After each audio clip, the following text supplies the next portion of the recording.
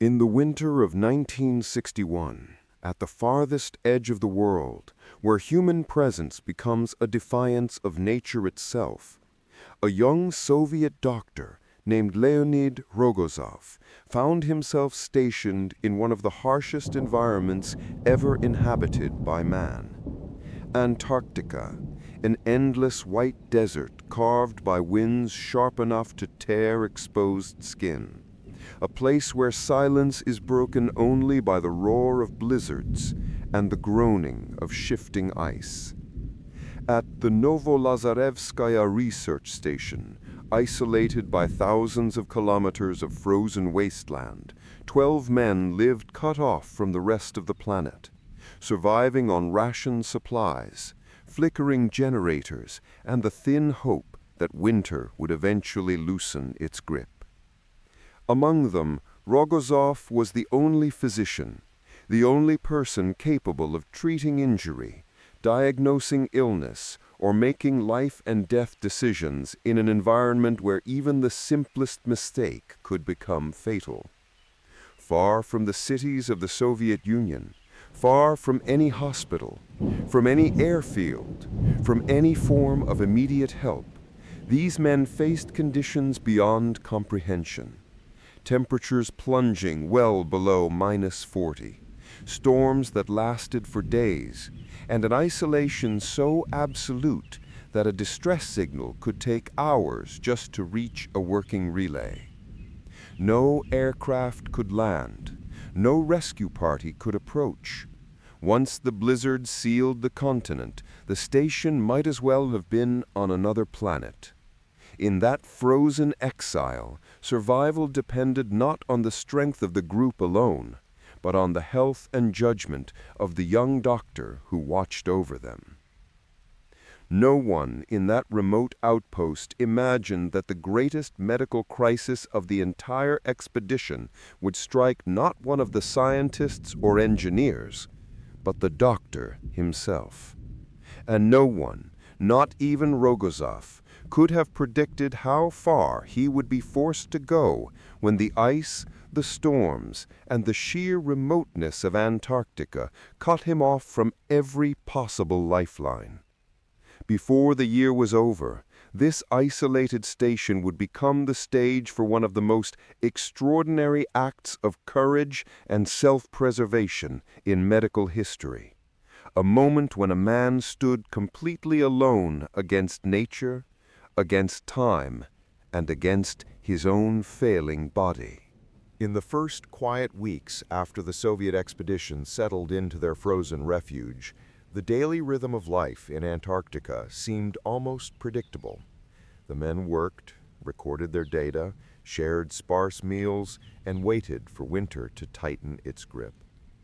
But one evening, as the storm winds clawed at the metal walls of the station, the doctor, Leonid Rogozov, felt a sharp, unfamiliar pain low in his abdomen. At first, he dismissed it as fatigue, a natural consequence of long hours and harsh conditions. Yet the pain did not fade. It deepened, twisted, and began to pulse through him with growing intensity. Soon came the fever, a creeping heat that spread through his body despite the freezing air outside. Nausea followed, dragging his strength down with it, until even standing became a struggle. By the next morning, Rogozov knew something was terribly wrong. He recognized the pattern instantly: the tightening grip around the lower right side, the increasing tenderness, the waves of exhaustion that made his vision blur. It was a diagnosis he had delivered to others countless times in far more forgiving environments, but never imagined he would face here, at the bottom of the world. Appendicitis. Not mild, not early, but advancing fast. A condition that, untreated, could rupture and kill a healthy man within hours. And in this place, in this season, there was no delay, no second chance, no margin for hesitation. He was the only doctor within thousands of kilometers, the only person in the entire station capable of performing the surgery he now desperately needed. There was no hospital wing to walk into, no senior surgeon to call upon, no aircraft that could land through the thick storms swirling across the continent. The radio offered no real hope, just the crackle of distant voices confirming what he already knew. Evacuation was impossible. Antarctica had sealed its doors. No rescue team would reach them. Not today, not tomorrow, not before the appendix burst and poison flooded his bloodstream. The men of the station looked to him with fear unspoken, realizing that their guardian, the one trained to save them, was now the one who needed saving. But there was no one else to turn to, no hidden reservoir of medical expertise among the geologists, mechanics, and engineers who made up the rest of the team. If Rogozov fell, they would lose not just a friend, but their only lifeline in the most unforgiving environment on Earth. And so the situation hardened into a brutal truth. He had only two paths before him. He could lie down, wait for the infection to run its course, and die slowly as the storms raged outside. Or he could attempt the unimaginable, take the scalpel into his own hands, cut into his own body, and fight for his life in a place where nature offered no mercy and time offered no kindness. Alone, exhausted, and trapped in the farthest corner of the planet, Leonid Rogozov understood that survival would demand the impossible. And he also understood that if he did not act, no one else could. To attempt surgery on oneself would be unthinkable under normal circumstances. But in Antarctica, in the grip of an endless polar winter, the idea shifted from impossible to nearly suicidal. Outside the fragile walls of the station, a perpetual darkness smothered the landscape, broken only by the faint glow of swirling snow. Storms rolled across the ice with a violence that shook the very structure of the outpost, each gust carrying shards of frozen air sharp enough to blind or freeze exposed skin in seconds. The temperature plunged past -40, a level of cold so severe that even breathing felt like inhaling knives. The world beyond the door was not a place for humans. It was a place that erased them. In such conditions, transportation was not merely difficult, it was non-existent. Every route out of the station was buried under meters of drifting snow, every path swallowed by blizzards that showed no sign of breaking. Aircraft, the only theoretical means of evacuation, were grounded indefinitely. No pilot would dare approach a landing zone wrapped in howling winds and zero visibility. Even if one tried, the storm would tear the plane apart long before it touched the ice. The message was clear. No one was coming.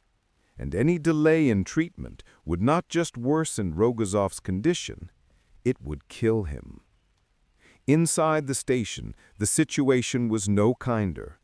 The medical supplies available to Rogozov were painfully limited, a reminder that the outpost was designed for scientific research, not emergency surgery. His instruments were basic and worn from months of use. There was no advanced anesthetic to dull the agony of cutting into his own flesh, only local injections of Novocaine, barely enough to soften the edge of the pain. There was no surgical table, no monitoring equipment, no sterile operating suite. And instead of trained nurses or surgical assistants, he had two men, loyal, willing, terrified, who had never witnessed a single operation in their lives. His only way to see the field of the surgery was a small mirror held in an awkward angle, forcing him to operate not just on himself, but in reverse, watching his own hands move in the reflection as he cut through layers of muscle and tissue. Every factor, every tool, every condition was stacked against him. The cold, the isolation, the primitive equipment, the untrained assistants, the lack of anesthesia, the relentless ticking of the infection inside him. Each one a reason his attempt should have failed before it even began. But in that frozen outpost, failure was not an option. Delay meant rupture. Rupture meant death. And Antarctica, indifferent and merciless, offered him no middle ground. It demanded that he either attempt the impossible or surrender to the ice. When the pain sharpened and the fever climbed, Leonid Rogozov understood that hesitation was no longer a luxury he could afford. Later, in the quiet clarity of his diary, he would write a simple line that captured the weight of that moment. "I had to decide, either surrender to death or fight with everything I had." That was not a metaphor.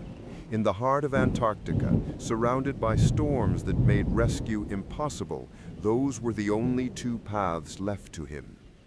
So he began to prepare, not as a surgeon treating a patient, but as a man preparing to operate on his own failing body in the most unforgiving environment on Earth. He selected 2 men from the expedition, not for their skills, because they had none, but for their steadiness under pressure and their willingness to face what was coming. One would hand him the instruments on command, doing his best to imitate the role of a surgical assistant, despite never having seen a scalpel in use. The other would hold a mirror close to his abdomen and position a lamp so Rogozov could see the field of operation, though every motion would be reversed in the glass, turning even the simplest movement into a mental puzzle. Neither man was trained. Both were terrified, but they were all he had. Understanding that the operation might overwhelm him, Rogozov improvised solutions with the precision of a man who knew his life depended on every detail. He covered the floor with sheets and lined the equipment around him so that if he lost consciousness mid-surgery, blood would not contaminate the instruments. He drew up doses of Novocaine for local anesthesia, aware that it would blunt the pain only partially, leaving him fully awake to every cut, every spasm, every moment of the ordeal. There would be no deep sedation. If he dulled his mind, he risked losing control, and control was the one thing he could not sacrifice. To maintain his position during the procedure, he wrapped a strap tightly across his chest, anchoring his upper body so he could lean forward without collapsing. He arranged himself in a half-seated posture, upright enough to reach his abdomen with precision, yet supported enough that exhaustion would not cause him to fall sideways. Every element of the operating room was the product of necessity. Crude, improvised, and built under the shadow of a ticking clock. By the time the storm outside began to pound against the metal walls with renewed fury, Rogozov had transformed a small Antarctic room into the most unlikely surgical theater in history.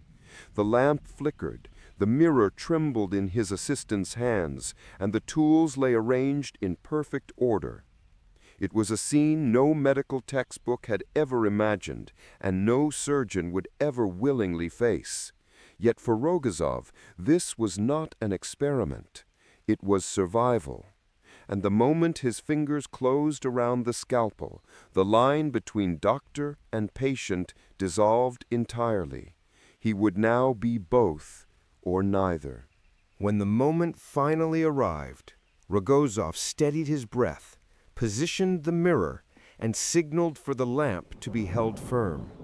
The room fell into a tense silence, broken only by the distant howl of the Antarctic storm. With the cold metal of the scalpel against his skin, he began the incision, a deliberate, sweeping cut nearly 12 centimeters long across his right side. Even with the Novocaine dulling the surface, the blade sliced through layers of flesh and muscle with a clarity of sensation that turned his stomach. He had no general anesthesia to shield him from the pain, no comforting haze to soften the shock. He was awake, fully conscious, and every fiber of his being felt the violence of his own hand cutting into his own body. Working without direct sight, relying solely on the trembling reflection in the mirror, Rogozov navigated the unfamiliar angles with a surgeon's precision twisted into a mental maze. Left became right, up became down.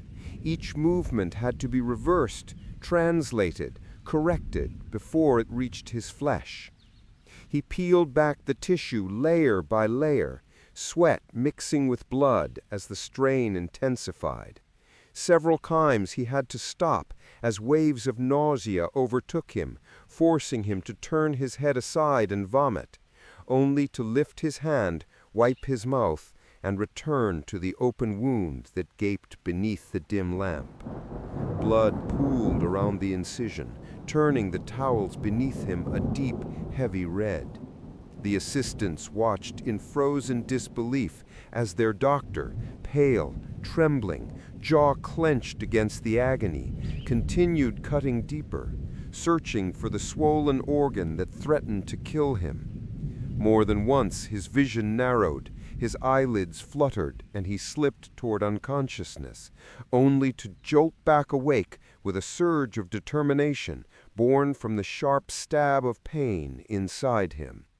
The room seemed to spin, but the mirror remained his lifeline, the only way to navigate the terrain beneath his own skin. Later, in the sparse lines of his diary, he tried to describe the moment. When I cut through the first layer, I nearly screamed, but there was no one to save me. It was a confession spoken not in fear, but in stark acceptance. He understood that any hesitation, any loss of control, would end his life within hours. And so, with hands slick with blood and breath ragged from exertion, Rogozov pushed himself deeper into the operation, carving a path toward the inflamed organ that pulsed somewhere beneath the trembling layers he had already breached.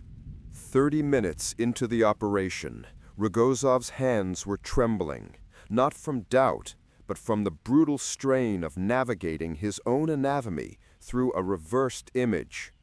The room had grown unbearably warm, the air thick with the metallic scent of blood and the sharp sting of antiseptic. His assistants stood frozen in anxious silence, watching as their doctor pressed deeper into the open wound, searching for the one organ responsible for the agony tearing through his body. And then, finally, he found it. The appendix, swollen to the size of a small, angry blister, mottled and distended, poised on the edge of rupture.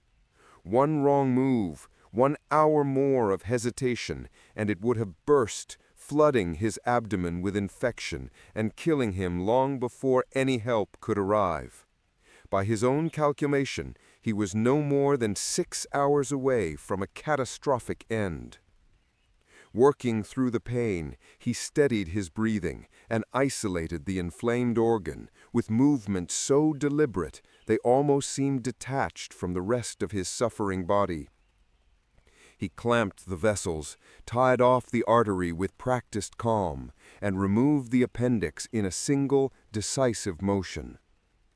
In that instant, with the organ lying on the tray beside him, the tension in the room shifted, not toward relief, but toward the next impossible task. The wound still gaped open, blood still seeped steadily, and he, the surgeon and the patient, had to close the incision himself. He irrigated the abdominal cavity, washing away the traces of infection, fighting the dizziness that washed over him in heavy waves. Several times his vision collapsed into blackness, and he slipped away, slumping forward before jerking back to consciousness as if dragged from the edge of a cliff. The assistants, terrified to intervene, but desperate to keep him alive, wiped his forehead, steadied his shoulders, and held the mirror firm as he resumed stitching layers of muscle and flesh back together. His fingers moved with mechanical precision, each suture a small defiance against the overwhelming urge to collapse. The entire operation lasted 1 hour and 45 minutes, an eternity stretched across a battlefield of pain and willpower.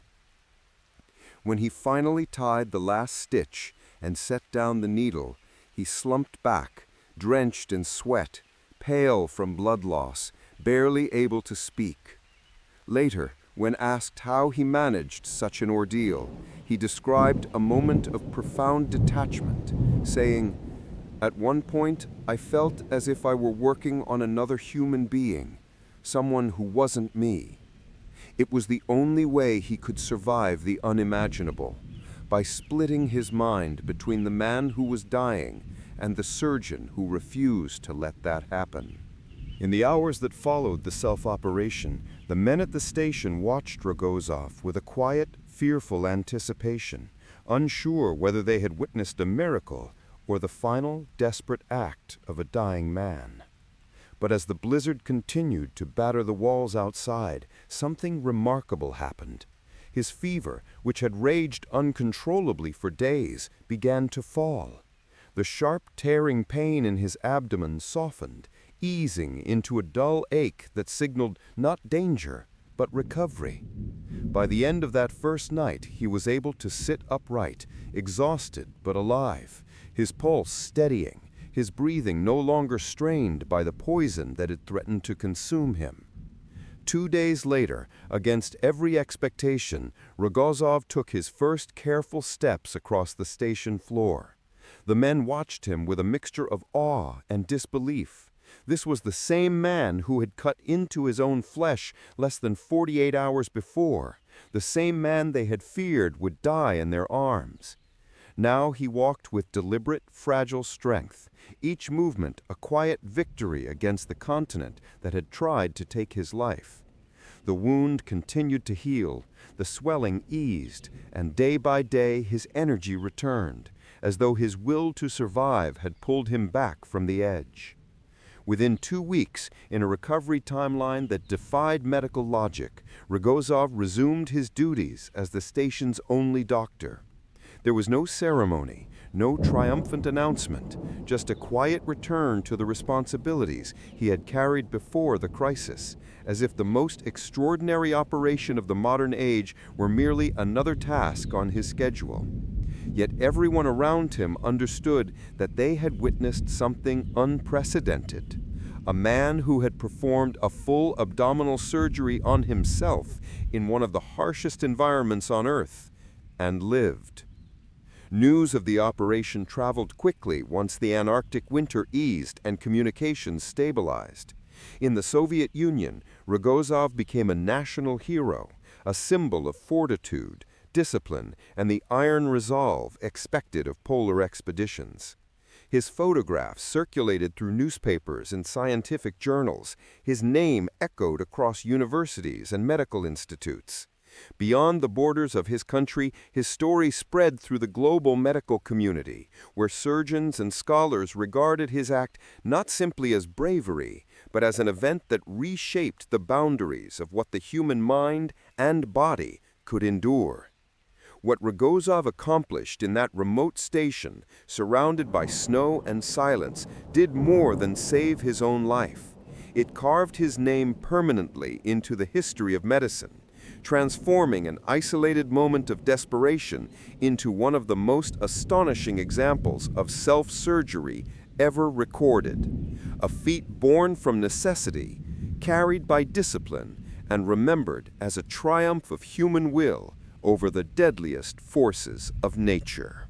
From a medical standpoint, everything about Rogozov's operation should have guaranteed failure. Human anatomy alone creates almost insurmountable barriers.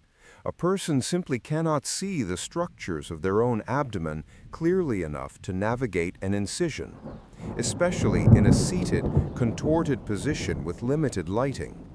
The visual field collapses into confusion. Depth perception falters.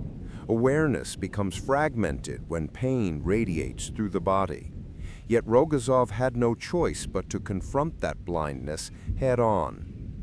Even if vision had been perfect, the mechanics of self-surgery introduce challenges that border on the absurd.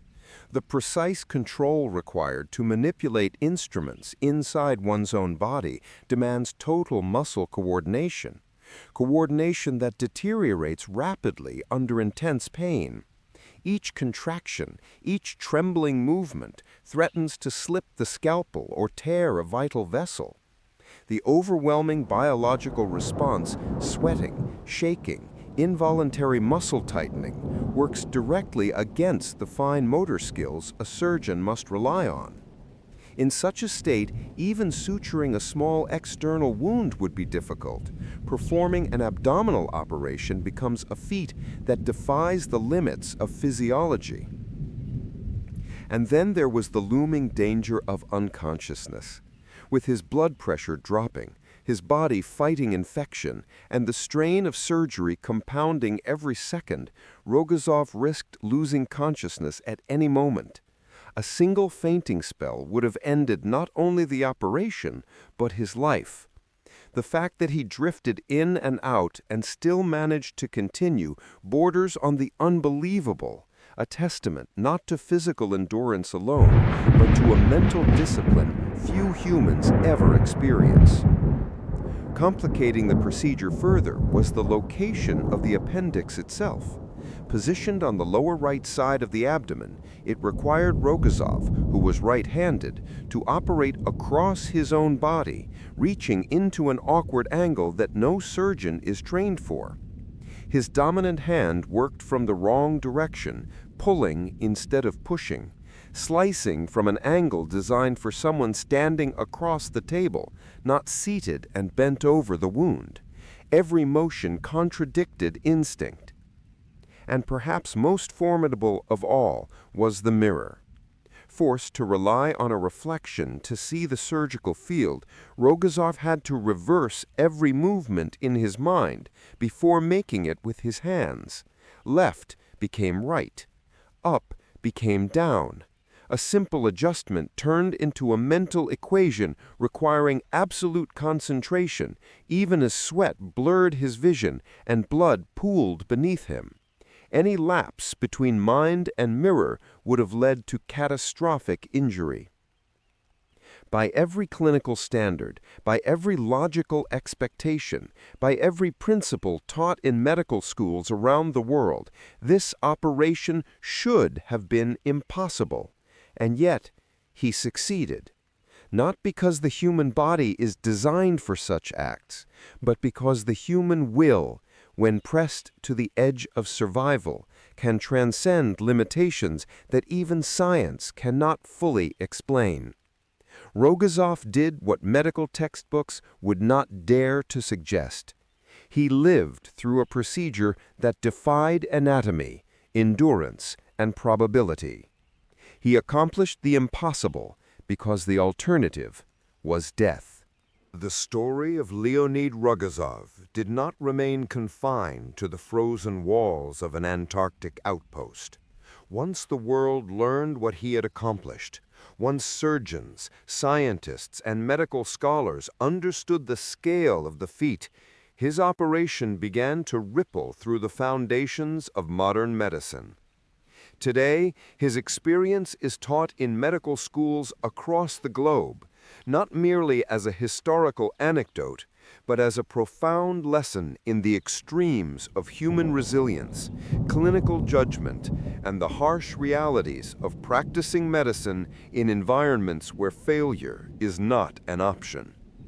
Students study his case to understand both the limits of physiology and the extraordinary capacity of the human mind to impose order on chaos. Rogozov became more than a surgeon. He became a symbol.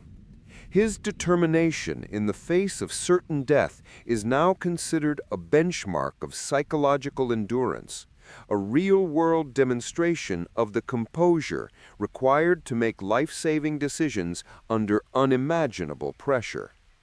His story is invoked when discussing field medicine, disaster response, and austere surgical conditions, fields where courage must often substitute for comfort and precision must rise above fear. But the influence of his operation extends far beyond inspiration. His experience catalyzed the development of new protocols for performing surgery in extreme environments, protocols designed for remote military bases, isolated research stations, and conflict zones where evacuation is impossible. His case forced physicians to ask critical questions. How can operations be simplified for untrained assistants? How can a surgeon maintain sterility and technique with minimal equipment? What contingency plans must exist when the only doctor becomes the patient?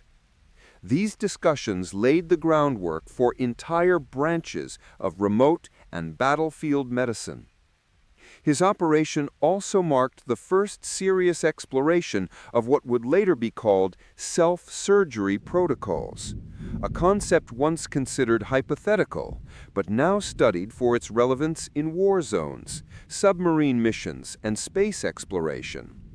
The idea that an individual might one day need to perform a life-saving procedure on themselves in an isolated environment, once the domain of fiction, suddenly had a precedent, a real one, a successful one. For NASA, Rogozov's story became indispensable. As humanity prepared for long-duration missions, first to the International Space Station, then to the Moon, and now toward Mars, scientists needed to understand how medical emergencies could be managed millions of kilometers from Earth. In space, evacuation is impossible. Communication with Earth suffers delay. Conditions are hostile, equipment is limited, and crews must rely on each other in ways no hospital could replicate.